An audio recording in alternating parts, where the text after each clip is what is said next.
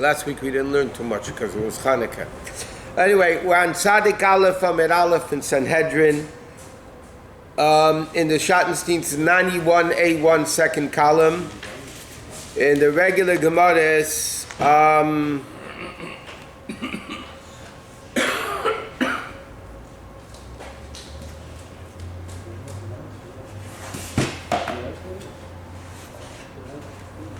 okay, the first of the wide lines, the end of the line, 91A1, or in the regular Gemara, Tzadik Aleph Amid Aleph, the first of the wide lines. The Gemara is continuing with the stories with Apikursim. Amalu halmina legvia ben psisa. A certain applicator said to Gavia ben psisa. Now, he was hunchback. That's why he was called ben psisa, because he was hunchback. Va'ilachon chayav, woe is to you sinners. He's speaking to the applicator is speaking about the Jews. Woe is to you sinners, that say the dead are going to get up and live. The chayim misul, the meiseh chayim. Now he says like this: if the living die, how can the die going to live? The applicator said to him, listen, everybody who's alive is going to die. So how is it possible that the dead are going to get up? Amalei, so he said to him back, woe is to you sinners, that you say that they're not going to get up. They're not going to live. I'm sorry. If the non-existent come into existence, meaning say this, when a baby is born, they're non-existent. Then they come into existence, right? So if a person who never existed becomes existent, why can't the people that were existing become existent? Amalei, so the applicator said to him back, Chayava Karisali. He said, you call us sinners? Ikamina, if I would be, when I get up, he says like this, if you're telling us we're going to get up, he says, Be'itabach, I'm going to kick you so hard, Upashtina lakmusach minach, and you're going to straighten out your hump. He said, I'm going to give you such a kick, your hunchbackness will stop. Amalei, so he said, wow, Imata Isakain, if you're going to do this, Reifa Umantika, you're going to be called a skilled doctor, Visachan Habitita, you're going to get a large fee for your medical bills. So Gavir Ben Psisa said, you know what, that's great. if you undo my hunchbackness when you get up to Chesed Mason, you'll be very wealthy. Now the Gemara says like this. The Gemara is going to continue story through Gavir Ben Psisa. Who was he? He's a simple Jew. Amel, we'll see in the Gemara. John Rabban, he was smart though, but he was... John Rabban learned in the Braisa. Be'etzim Rabba ben Nisan, the 24th day of Nisan, is Natila dim Nisai miyudim Yerushalayim. The challengers, the Gemara is going to explain what that means, were removed from Yehuda and Yerushalayim. Okay, all the troublemakers were thrown out of Yehuda and Yerushalayim. What does it mean? Shabo, Bnei Africa, Lodanim Yisrael, the people from Africa, the Africans came with a court case against the Jews in front of Alexander Megdon. Now this Alexander Megdon, what does it say here? He who conquered Eretz Yisrael, okay? The Africans brought the Jews to Din Torah in front of Alexander Megdon, who was one of the kings that conquered the world. He was not Alexander the Great? Was he Alexander? It's questionable if he was or not. Okay, next. What was it? The African said to Alexander Megdon, Eretz Canaan Shalonu. Eretz Canaan belongs to us. Why does Eretz Canaan belong to us? Not to the Jews, it belongs to us. Because it says, Eretz Canaan L'gvulei Sahel. The Torah calls Eretz Yisrael the land of Canaan. Now the Africans came from Canaan. Right? They all came from not American, Africans. Yeah? Canaan, and Canaan is our forefather. So if the Torah says the land of Canaan was given to Canaan, so then why isn't it ours? Okay? So the Chacham didn't know what to do yet. So Gvir ben Pesisa said to the Chachamim, listen, Truli Rushus, give me permission. Let me go represent the Jews. Why? If the Africans win, they're going to say, oh, look, an ordinary Jew won this, big deal. You know, it won't be such an embarrassment for the Jews, because everybody will say, look, a simple Jew lost to the African. Okay, big deal. But if I'm victorious over them, then Teres Moshe won. So he said, let me go, because there's less of a problem with me going. Because if I lose, it's not a big deal. Nasser later Shus. The Chachamim gave him permission to represent the Jews. And he went to debate the Africans in front of Alexander Megdon. So Gvir ben Basisa said to the Africans, when are you going to, from where do you bring a proof that Canaan belongs to the Africans? Like we just quoted the pasuk from the Torah. Eretz Canaan, the land belongs to Canaan. So he said to them, I'll also bring a proof from Torah. What's my proof? Canaan is cursed. He's going to be a servant to his brothers. Now, Eved shekonin nechasim, an Eved who acquires nechasim. Lemi or nechasim lemi. Who does he belong to? Who does the property belong to? Right? So obviously, it belongs to the Jews, not to you guys. You guys are slaves. You tell me a raya from Torah that Canaan owns the land, but I'll prove you from Torah that Canaan is a slave, and that he's a slave to Shem and Yafes, so therefore it belongs to Shem, not to you. V'loy eid, and not only that, you weren't slaves. You guys are slaves. That's what Torah says. You didn't work for us for many years. So you owe us a lot of slavery work that you didn't do for us. So he says, Alexander the Malka. So Alexander the king said to them, to the Africans, no, he's right. Answer them. He has a proper complaint that you are Avadim and belongs to the Jews, not to you. So Amrullah, they said, we need 3 days to think about it. We need 3 days to think of an answer. So the king said, okay, good. They looked, they couldn't find an answer. Tigvir ben Pasisa's taina. Miyad barchu. They ran away. They had nothing to say, the Africans. And they left they ran away. They left the fields which were already completely sown. And the vineyards planted as they were. And that was a sabbatical year of Shemitah, that the Jews couldn't work the fields, and it was already worked for them. So in other words, the Gemara tells the story, Gvir ben Pasisa won, to the extent the Africans ran away, and all the Jews had their land, which they didn't plant, so they were allowed, when the stuff grew, they were allowed to take it. One. Stupid question, but why didn't the Chachamim give the answer Rashi gives at the beginning of Chodesh? Yeah, but Lepel gave it to Canaan. So where do you see he gave it to the Jews? I mean, Hashem gave it to them, and he took it from them and gave it to us. It's Hashem's decision. Because that's what Rashi says is from Torah Sheba'al Peh.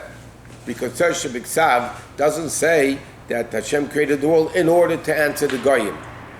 They would have said, God created heaven and earth, and then he gave it to us, Canaan. But that, the Torah Sheba'al Peh gets that from hundreds of psukim, where Torah says, this is, I'm giving it to the No, Rashi says it, from the Pasach, should have began Torah.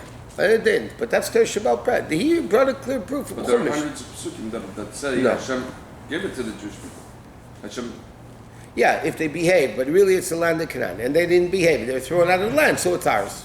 I mean, they could have answered. It says, it's a Rashi.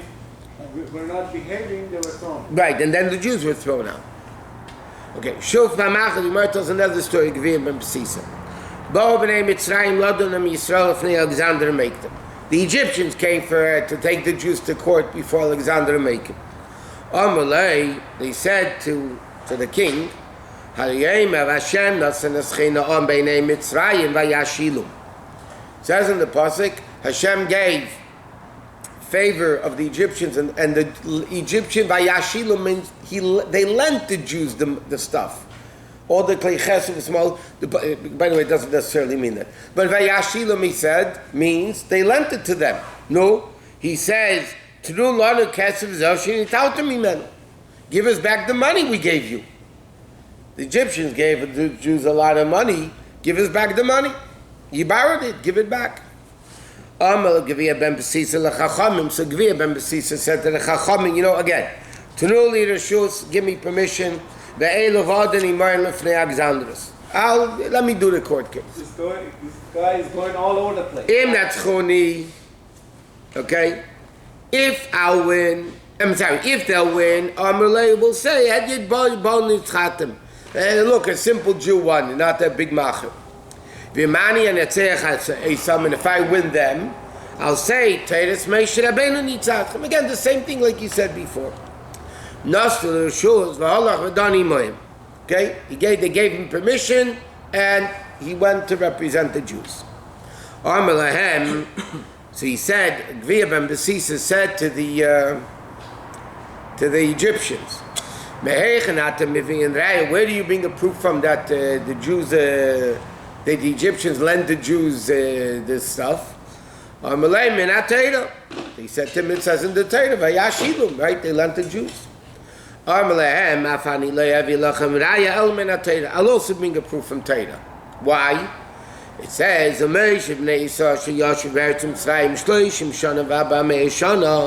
says in the Torah clearly, the Jews were enslaved for 430 years. Again, they don't believe in Torah Shabbat Peh, it was only 210. In Chumash it says they're going to be slaves for 430 years, yeah? So if that's the case, give us the money of the slavery that we worked for, the whole nation worked 430 years, give us payment for that we were your slaves. Okay, so he said, okay, let's call a deal. You want our money, yeah? Then give us back what you owe us. So Alexander Macon said to the Egyptians, answer him. The Egyptians, there's a tine against you. Give us 3 days to think about it. Alexander gave him time, they checked it out and they couldn't find an answer. Immediately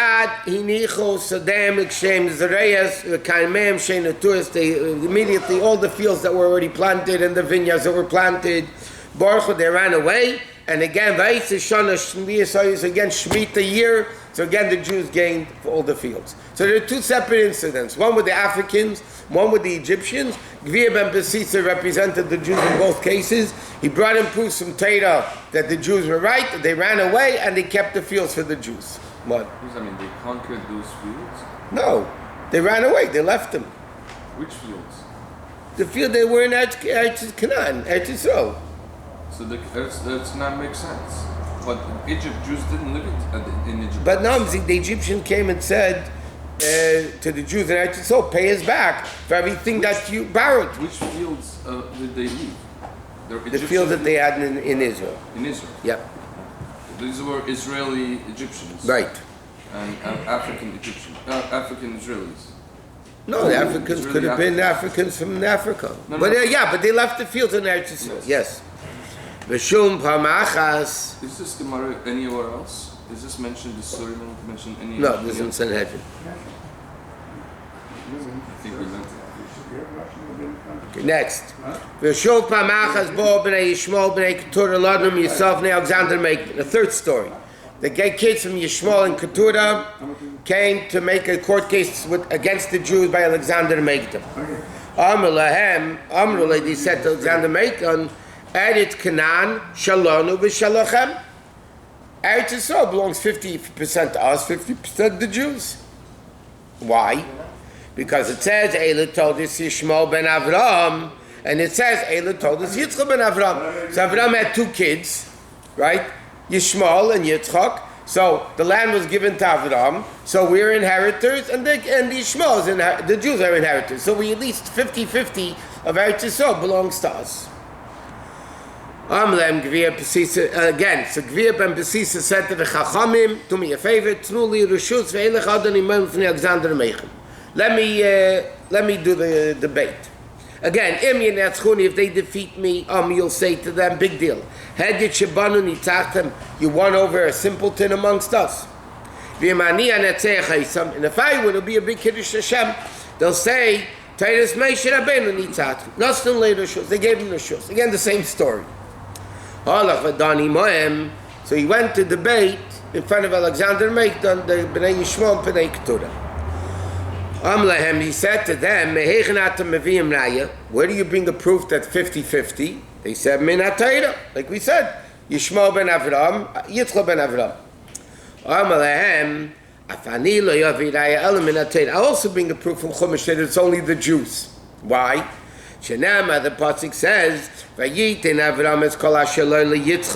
Hashem gave everything, Avram gave everything he owned to Yitzchak.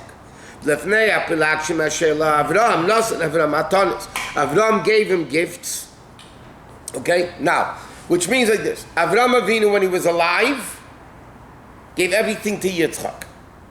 The other kids, Bnei Yishmael, Bnei Keturah, he gave him gifts and sent them away. So he said to them, a father who gives legacies over to his kids when he's alive. And then he sent away one from the next. Klum yesh luzal. Klum, they have anything against each other. He said to them very simple. It says in Chumash, Avram gave everything he owned to Yitzchak, which includes all the lands of Eretz Canaan. So when you're not 50-50 inheritance, it's not that Avram Avinu died and now is a Yerushah 50-50. Avram gave when the father's alive, he can do whatever he wants with his money. So now the Gemara sidetracks a little bit. My maton is, what gifts did Avram give the Bnei Keturah?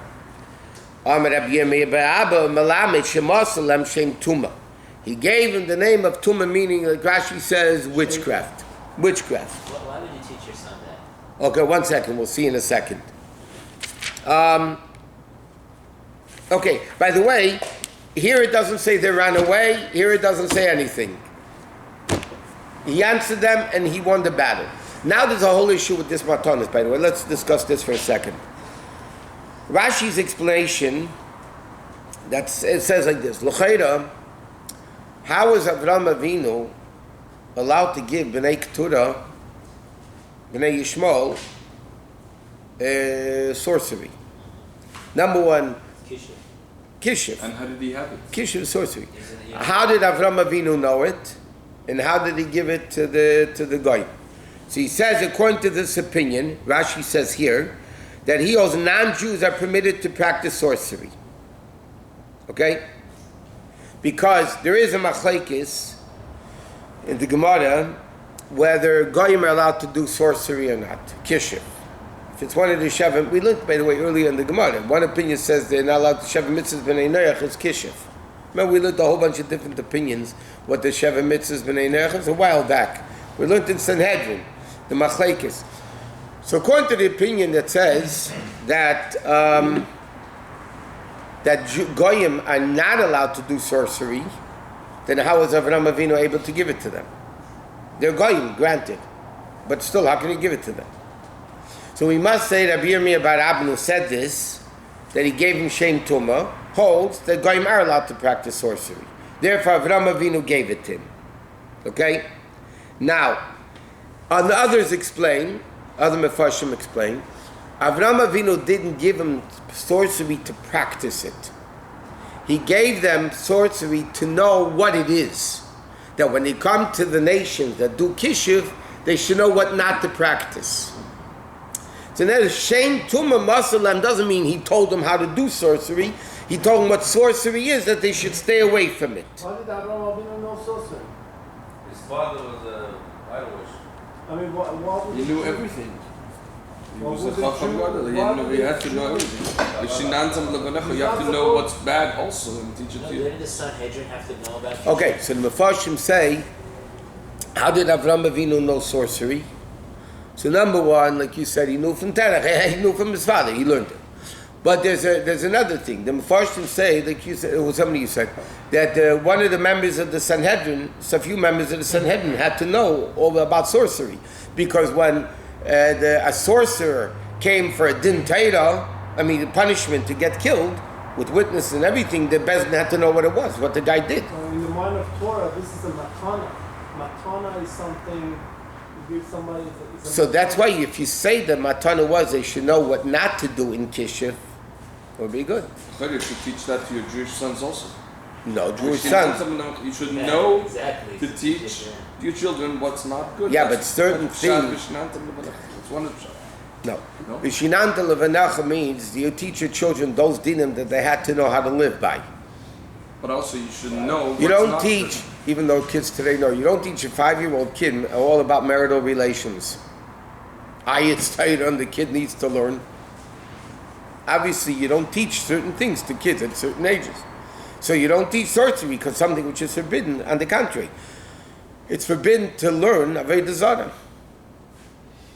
It's a chelik of Torah. It's still forbidden to learn it because you're not allowed to learn it. It can corrupt your mind and go worship idols, so you're not allowed to do it. A couple of questions. Why isn't the Gemara saying about leaving the lands and learning? Why didn't they the last one? Because it didn't happen. They didn't run away. Another question. They didn't know all these all these answers that are also in the Torah. If they knew the Torah so well, But they tiny. to bring their own taina, they should have known that the answer is also in there. Yeah, well, they were ignorant in that. They picked what they wanted.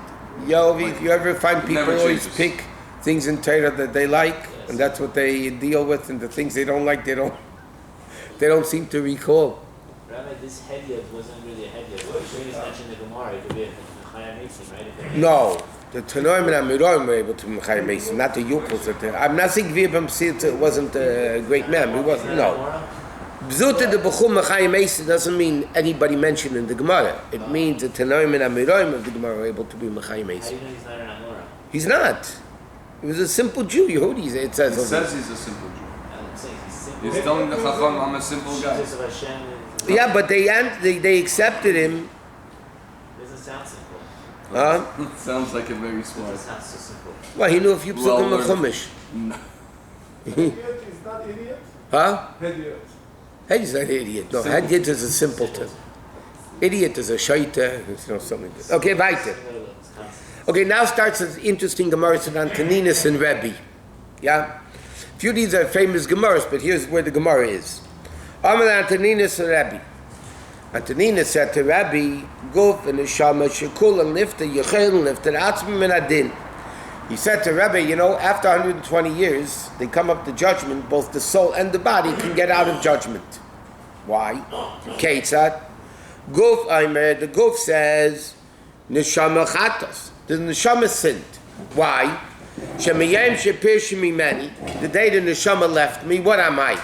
Kamesh Kevin Damon Bekeva, like a stone lying in the ground, unable to sin. The body says like this, I can't sin without the Neshama. I'm a dead hunk of meat. I can't sin. Neshama Emeres, Neshama says, Guf Chot, the body sins. Shemiyem Shepirashti Mimenu, because the day I left the body, the Neshama says, I'm Perachos Ba'ave Ketzipot. I fly in the sky like a bird, meaning I'm flying around. Mashal says it applies to the soul of a sinner, because otherwise the Neshama is in Gan Eden already. So he says, the Neshama can come along and say, me, without a body, I didn't sin. The body sinned. Who ate treif? The Neshama ate treif. The body ate treif. The body says, I couldn't eat without the Neshama. So each one could come along to Hashem and say, I'm out of it. There's a story for this, not the orchard they were stealing. I said, where does... It's just the Gemara. Amala, so Rabbi said, Am Shalucha Mashal. I'll give you a mashal. I said, these are famous Gemaras, but this is the Gemara that everybody knows the story from. The Ma'ad of the day, Rabbi said to him, what is this similar to? The Melech Bas V'Dam Shahoy Eli Pardesna. There was a king that had a beautiful orchard. V'Haya Bay, and he had in it, B'Kredes Noise, beautiful early figs. Now the early ripening figs are very as it said, Rashi, greatly prized. They're very expensive. Okay? So he was afraid of hiring a guard because the guard would eat him up. What did he do? He stationed 2 guards. One was blind, one was crippled. So obviously the blind guy couldn't see it. The crippled guy couldn't climb the tree. So he thought he was safe. So the crippled guy says to the blind guy, I see these beautiful figs. Put me on your shoulders. Right, because the blind person could walk. So the crippled guy says to the blind guy, put me on your shoulders, and I'll see, and I'll lead you where we should go. Ride me on your shoulders. And bring me to the figs, and we'll eat the figs. So he said, great idea. So the crippled guy it was on the back of the blind guy. They ate up all the figs. How do you know Bakaris means fruits? Huh? Bikaris means Bikurim first. The Yom in Bo Balpardis, after a few days later, the king comes, the owner of the Pardis. Bikaris Nois Heichenu. What happened to the ripened figs? What do you want from me? I can't climb the tree, I don't have feet. Do I have eyes to see? What do you want from me? I didn't do it. What did he do? What did the king do? He put the crippled guy on top of the blind guy. And he judged him as a unit. Beat him both up. Okay? In other words, a joint effort. So he punished both of them together.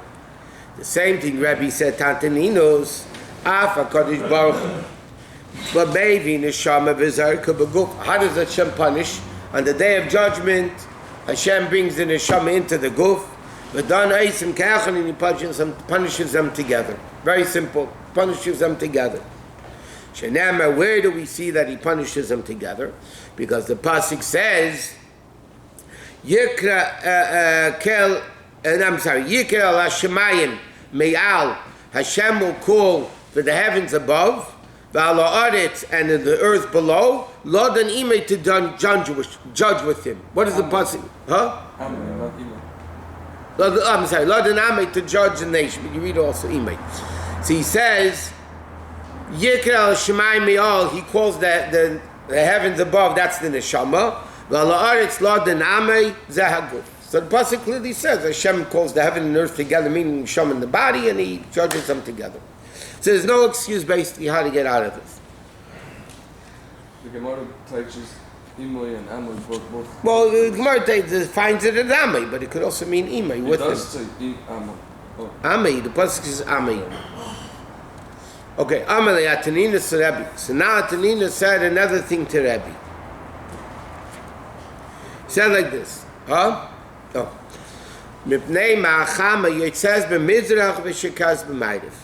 You explain to me, why does the sun come up in the east and set in the west?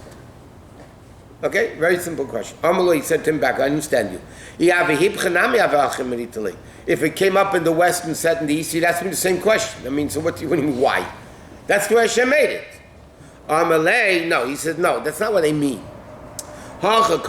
This is my question. Why does the sun set in the west and not go back to the same place it started from? In other words, like this. Sun comes up in the east and sets in the west. So he asked him, why doesn't the sun make, instead of 180 degrees, why doesn't the sun go 360 degrees and set in the same place it rises in? That's what he asked him. This is in order to give greetings to Hashem. What does it mean? Now we know the Shechina is b'mayrev, the Shechina is on the west, right? So when the sun comes up, that's what, like we learned in davening. How do they bow to Hashem? They all rise in the east, and they set in the west. So it's actually they're bowing to Hashem in the west. Amalei, Santanina said, Deisa Palgarakia, okay, and let them go to halfway in the middle of the sky. V'tzite and offer greetings and set there. So let them set midway in the sky. Why do they have to go all the way down? So he answered him two things. Mishim payalim or mishim evri drachim. Because the workers, in other words like this, if the sun will set midday, then that's what night becomes. So guys are only going to be able to work a half a day. People would love it, but not in those days. And also, travelers wouldn't be able to travel. So Rebbe said simply, the sun can't set in the middle of the sky because that's you only have a half a day. So Hashem made a full day, 12 hours. In 12 hours night.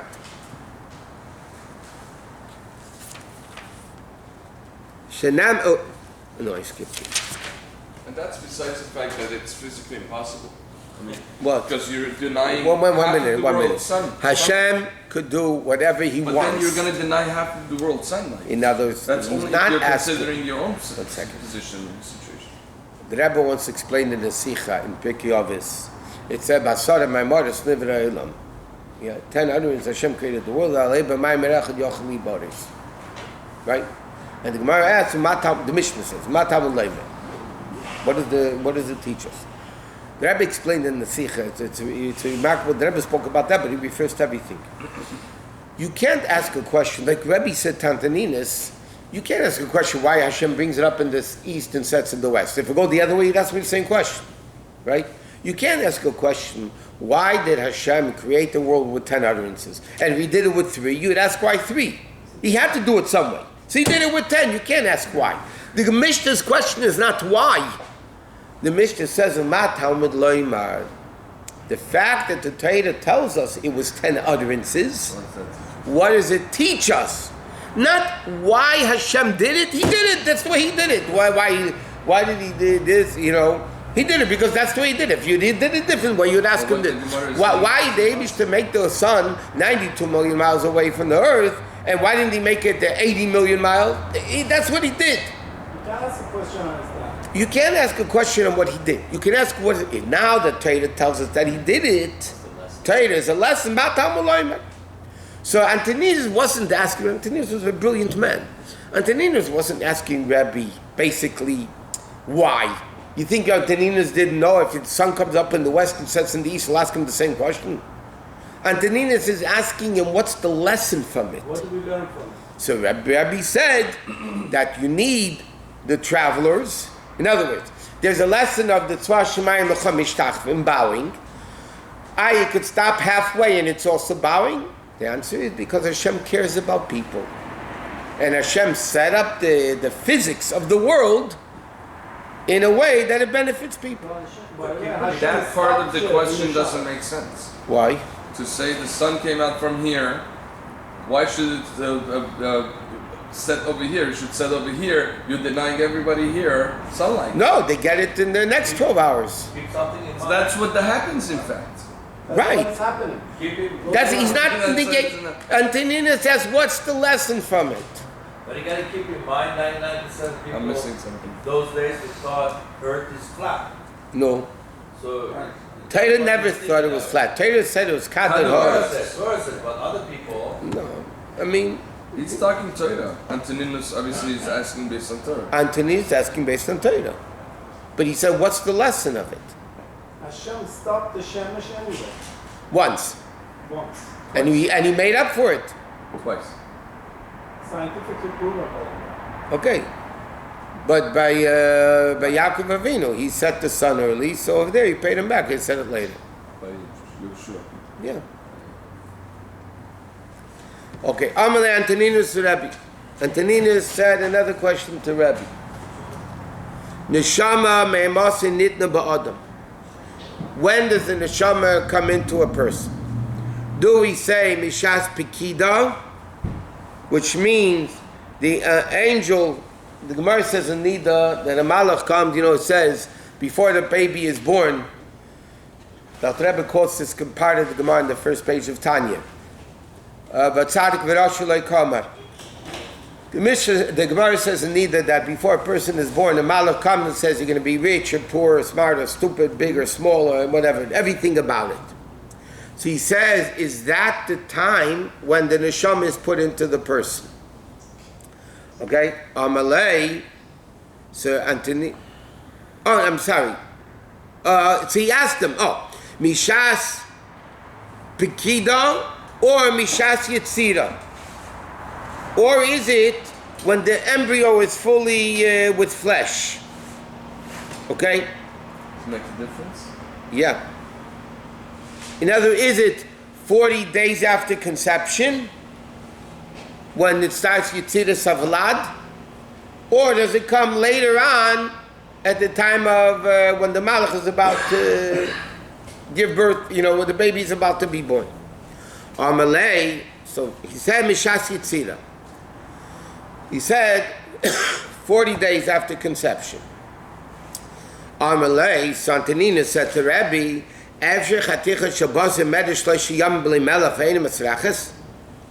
he says, is it possible that a piece of meat should be 3 days without salt and that wouldn't rot?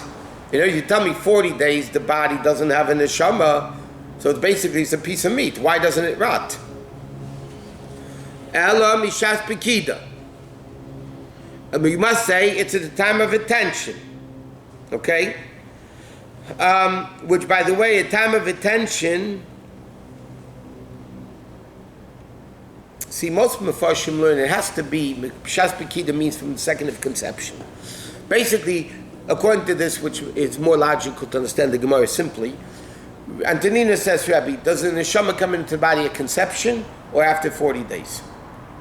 Of birth? No, 40 days of conception, after conception. Does it come in right away at conception, or does it start when it's the formation of the Vlad? Okay? Which is 40 days after conception. So Rabbi said from 40 days. So he said it can't be, because then the body would rot. So Rabbi said, Amar Rabbi, Davar Zelamdein Antoninas. Antoninas taught me this. I didn't know this without Antoninas. Okay? And he says, Umikri Messiah. There's even a pasuk proving Antoninas right. Shenemar, Ufukudascha Shamra Ruchi. Your Pekuda, meaning conception, Shamra Ruchi guarded my soul. So you see from the pasuk that when does the soul come in? Mishas Pekida, from the time of conception. Amalei, so another story. Amalei Antonina said to Rabbi, Meimasa Yetzahara Shelid Ba'adam. When does the Yetzahara come into the person?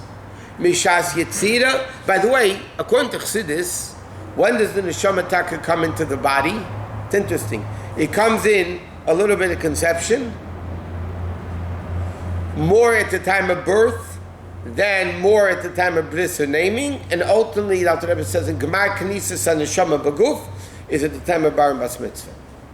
So according to Chassidus, the Neshama comes in actually in stages: conception, birth, bris or naming, depending on boy or girl, and Bar and Bas Mitzvah. All 5 letters.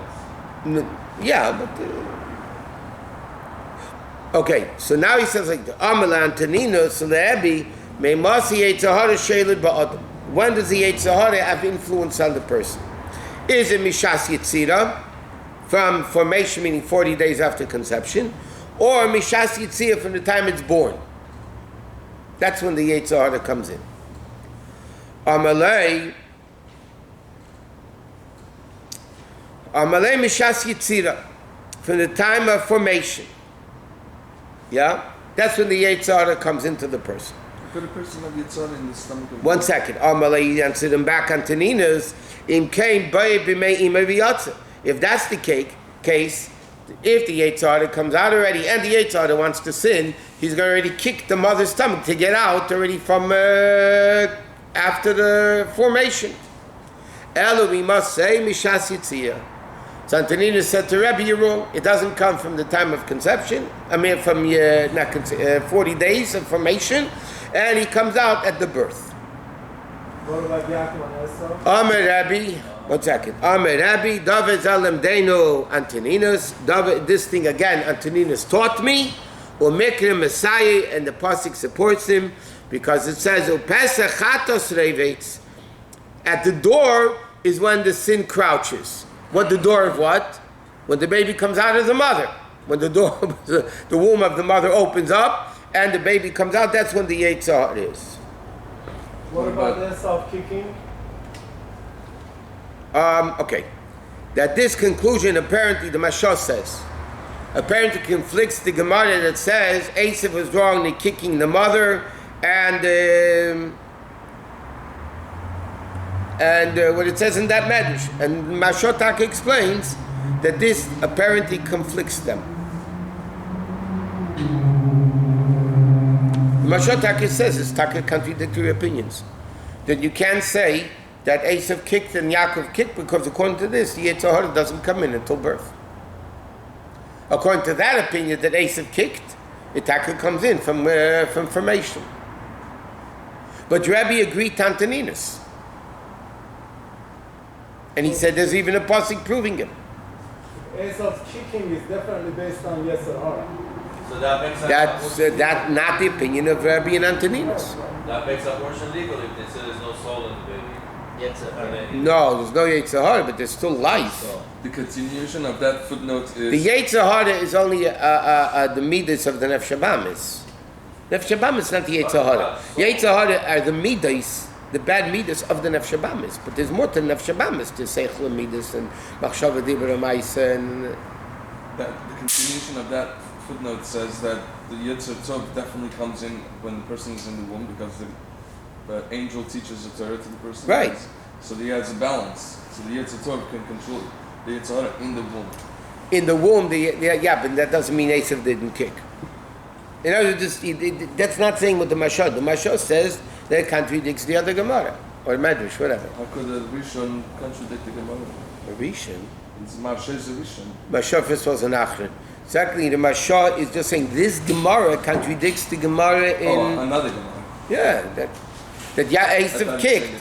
No, the Mashal says that apparently this Gemara contradicts that Medrash that says Esav kicked. Marsha, who was Marsha? Mashal? No, that was the Rashba. The Mashal was before the Baal Shem Tov. The Baal Shem Tov said about the Mashal, that if people would know the greatness of the Mashal, they would eat the dirt of his grave. What was his name?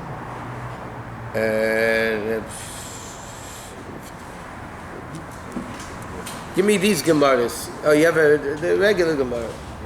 There's the Mashal in the back. 1 second. And where did he live? In Europe.